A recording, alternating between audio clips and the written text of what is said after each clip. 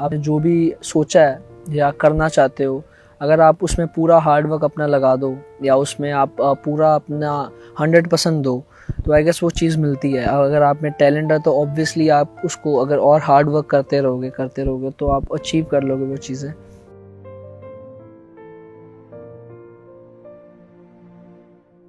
हाय अभी, हाय प्रिया, कैसी हो? बढ़िया। आपकी जर्नी कैसे स्टार्ट हुई? क्रिकेटिंग जर्नी मेरी ऐसे स्टार्ट हुई कि मेरे डैड क्रिकेटर थे, तो शुरू से ही जब मैं 2-3 साल का था मुझे वो एकेडमी में लेके जाते थे साथ में, तो मैं देखता था, बहुत छोटा था। फिर मैं घर आके टेनिस बॉल से खेलता था। 6 साल का था तो मैंने शुरू कर दिया था खेलना। तेरी इंस्पिरेशन क्या थी? इंस्पिरेशन मेरी शुरू में तो मतलब जब भी इंडिया का मैच देखते थे ऑब्वियसली मुझे तब युवराज सिंह थे, उनको देख के काफ़ी इंस्पिरेशन मिलती थी। मैंने शुरू एज अ बॉलर किया था, क्योंकि मेरे डैड लेफ्ट हैंड स्पिनर थे, क्योंकि वो भी ऐसे स्टेट के लिए खेले, पंजाब के लिए खेले काफ़ी। मुझे याद है एक मैच में मैं मतलब आई गेस 8 डाउन ही गया था, मतलब तो उसमें मेरे 1-2 शॉट्स अच्छे लगे जिसमें मुझे लगा कि मैं बैटिंग कर सकता हूँ। फिर अंडर 14 खेला मैं जब मैं 10 साल का था, तो वहाँ से फिर ऑलराउंडर सेलेक्ट हुआ। तो मेरे तब युवराज सिंह देखता था मैं टीवी पे, तो मुझे लगा कि सेम वैसे ही है, मैं भी बैटिंग और bowling left hand both. Actually कि मुझे उनके जैसे मतलब कॉपी करने में बहुत अच्छा लगता था छोटे होते ही, मतलब जैसे वो शॉट्स मारते थे एंड ऑब्वियस जब उन्होंने 6 छक्के मार दिए तो उनकी बॉलिंग एक्शन भी, तो मुझे बॉलिंग एक्शन भी उनका आता था। तो धीरे धीरे फिर मतलब ऐसे नहीं, क्रिकेट में ऑब्वियसली तुम्हें भी पता है कि ऐसे हम कॉपी नहीं कर पाते किसी को, मगर फिर भी एक चीज़ होती है जिसको आप बहुत देख के इंस्पायर होते हो, तो मुझे उनको देख के काफ़ी इंस्पिरेशन मिलती थी। एंड ऑब्वियसली माय डैड, वो शुरू से ही मतलब मुझे सिखाते थे एक एक चीज़, एक एक मेरे बेसिक्स जो उन्होंने सारे बनाए। जब मेरा रणजी ट्रॉफी मेरा फर्स्ट सीज़न था, मैं 15 साल का था। फर्स्ट मैच में तो थे नहीं साथ में, मगर उन्होंने मुझे समझाया था। हिमाचल था मेरा डेब्यू मैच और उन्होंने मुझे गुड लक बोला था सबने। नेक्स्ट मैच हम खेले PCA में अगेंस्ट विदर्भा, तो उसमें यूवी पाजी आ गए थे। तो जब मैं उनके साथ बैटिंग करने गया, मैं बैटिंग कर रहा था, तो आई स्टिल रिमेंबर कि मैं उनको ही दिख जा रहा था नॉन स्ट्राइकर पे। ऑब्वियसली होता है क्योंकि आपके सामने एक आप टीवी पे देख रहे हो और एकदम आपके साथ वो खेल रहे हैं, तो वो काफ़ी इंस्पायर मोमेंट था मेरे लिए। तो तूने जब स्टार्ट किया, तू अंडर 14 खेला, फिर अंडर 16 खेला, सो बट एक साल तूने अंडर 16 में आई थिंक 1200 रन और 60 विकेट लिए थे, तो वो कैसे फील था या फिर क्या माइंडसेट था तेरा कि जो तूने एकदम से अंडर 16 में इतना परफॉर्म किया? जो मेरे साथ वाले थे जैसे सारे, शुभमन था, मैं था, अभिनव था, अनमोल प्रीत था, ये सारे हम थे। उस साल वो प्रमोट हो गया था अंडर 19 में और अंडर 16 में भी थे, तो उस साल मेरा नाम नहीं था अंडर 19 स्टेट में, तो मुझे थोड़ा हुआ कि यार मेरे साथ वाले 19 स्टेट में है। तो फिर भी मैं मतलब लीड कर रहा था अंडर 16 अपनी टीम, मगर मुझे था कि अब जहाँ मुझे मौका मिल रहा है मैं उसको अपने जिताऊँ, अपनी टीम को जिताऊँ, और हम वो साल जीते थे। और फॉर्चुनेटली उसी साल फिर मैंने 1200 और 57 विकेट्स लिए 8 मैचों में, तो उसी साल मुझे सीधा 19 में प्रमोट कर दिया गया। तो उसके बाद जैसे जोनल हुई, फिर मैं जोन की टीम में आया और उसमें तू भी था, है ना।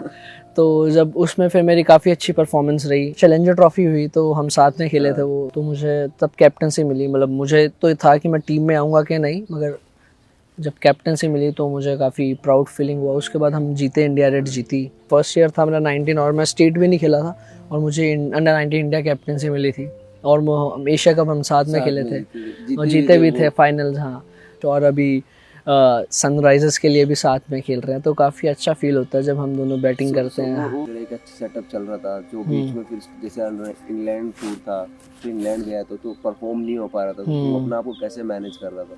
सबसे अच्छी बात यही थी कि तब हम दोनों साथ में थे, तब भी हम दोनों यही बात करते थे कि हम दोनों का अच्छा नहीं परफॉर्म हो रहा था, तो वो आई गेस वो फेस में हम दोनों साथ में थे। ये अच्छी बात है क्योंकि हमने अब एक दूसरे का अप्स एंड डाउन्स देखे हैं।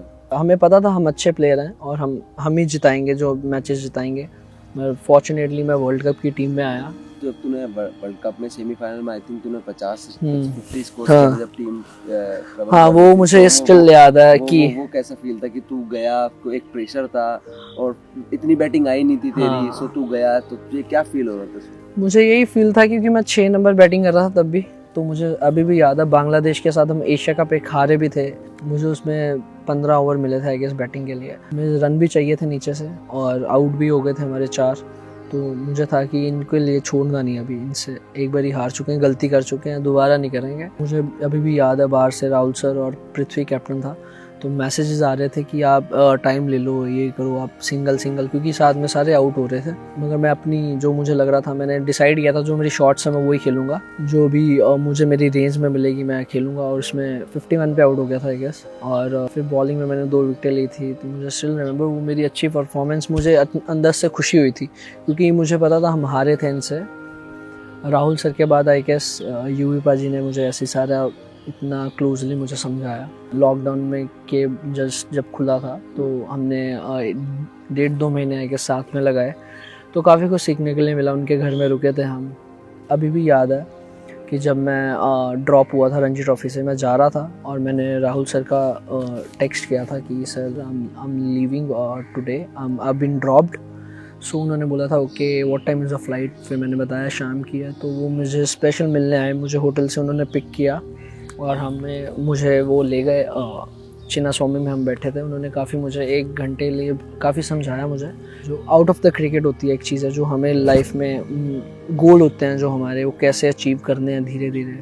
तो आई गेस वो जो सेशन था काफ़ी अच्छा था मेरी लाइफ के लिए। जैसे अभी फर्स्ट टाइम आईपीएल को खेला 2018, तो तूने जब डेब्यू किया, आई थिंक तूने डेब्यू में 17 बॉल्स कुछ 43 रन्स किए थे। वो कैसे माइंडसेट था, या फिर कैसे जो स्टार्टिंग में तू खेल नहीं रहा था, सो तू कैसे अपना आप को मैनेज कर रहा था, या फिर कैसे जैसे अपना आप को प्रिपेयर करते तो कैसे कर रहा था? स्टार्टिंग में जैसे हम वर्ल्ड कप में थे तो तभी हमारा आई गेस सेमीफाइनल मैच था, तो उसके बाद ऑक्शन थी। तो पहले तो यही होता सबको कि ऑक्शन में कोई पिक करेगा या नहीं करेगा, बट फिर भी अंदर से एक फीलिंग थी मुझे कि दिल्ली लेगी मुझे।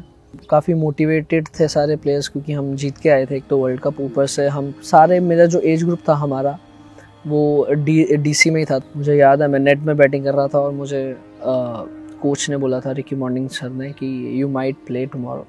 तो मैंने कहा कि ओके, मतलब मुझे था, पहले भी बोल चुके थे 1-2 बारी, तो मुझे था कि इस बार भी वैसे ही होगा, मुश्किल होगा। मुझे उम्मीद नहीं थी। मैं मतलब फ़ोन अपना साइलेंट करके आराम से अपना सो रहा था आई गेस। तो मुझे जब एकदम से कॉल्स आए काफ़ी सारे कि यू आर इन द 11, तो मैंने जब देखी टीम खोल के अपनी उसमें ग्रुप में, तो मुझे तब विश्वास हुआ कि मैं खेल रहा हूँ। और तब तक बैटर्स मीटिंग हो चुकी थी, तो फिर मैं बॉलिंग मीटिंग में गया था। तो फिर मैंने जाके उनसे उन्होंने मुझे बोला कि, मैंने कहा कि sir I wasn't expecting this, but वो सारे हंसने लग पड़े। तो मुझे काफ़ी एक्साइटेड था मैं, क्योंकि मुझे खेलना था। काफ़ी देर से मैं वेट कर रहा था कब मौका मिलेगा, और जब मिला तो I did well. 19 ball 46 not out बनाए थे। तो तभी विजय शंकर बैटिंग कर रहा था मेरे साथ।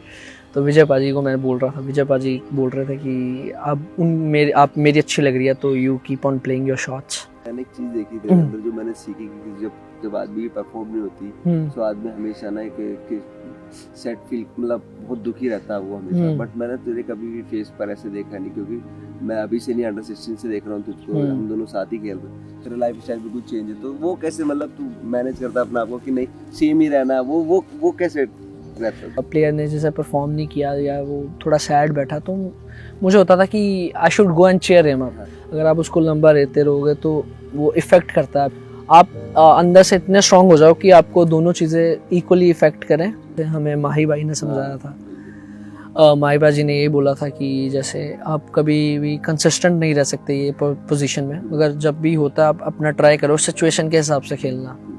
तो आई गेस कि वो सिचुएशंस मैंने अभी जो कैसे वो हैंडल कैसे करनी है, वो मैंने ये पिछले अपने कैंप से सीखी है।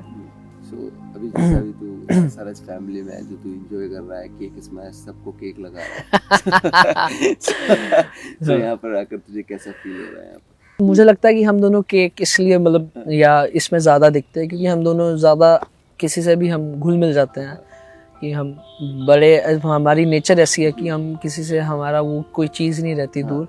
तो जब भी सेलिब्रेट करने का वो होती है, ओकेजनली हम सेलिब्रेट करते हैं, जब भी जीतते हैं या किसी का बर्थडे होता है, तो हम ये डिसाइड करते हैं कि ये अच्छा मूवमेंट है, उसको स्पेशल कैसे करना है। जैसे तूने बताया कि तू दिल्ली के लिए पहले सिलेक्ट हुआ था, सो अभी तेरा दिल्ली तू फर्स्ट 1 साल ही खेला शायद है, तो दिल्ली से तेरी एसआरएच में कैसे एंट्री, मतलब एसआरएच, क्योंकि तू बॉक्सर में एसआरएच के लिए नहीं आया था, so हाँ, कैसे? तो वो जब मैं फर्स्ट ईयर अपना खेला तो हमें वो ट्रेडिंग तब होता है, ट्रेडिंग विंडो होती है उसमें कि आप प्लेयर ट्रेड कर सकते हो। तो विजय बाजी हम तीनों ट्रेड हुए थे।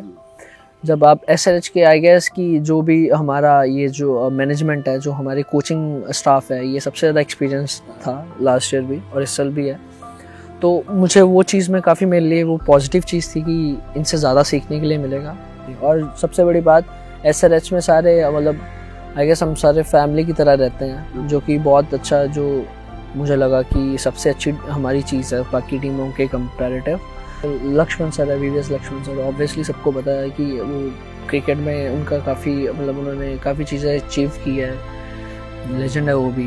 तो काफ़ी कुछ सीखने के लिए मिला, उन्होंने बैटिंग में काफ़ी कुछ सिखाया है। मुरली सर ने मुझे शुरू से ही, पिछले साल से काफ़ी, मुझे आई गेस उनको यंगस्टर्स काफ़ी पसंद आते हैं हंसा, तो जो उन्होंने मुझे काफ़ी ध्यान दिया मेरी बॉलिंग में, मेरी कैसे मेरी मतलब बेसिक्स जो थे, एक बहुत थोड़े बहुत जो कैसे एडजस्ट करने पड़ते हैं आपको क्रिकेट जैसे फॉर्मेट के हिसाब से, जो काफ़ी उन्होंने हेल्प की।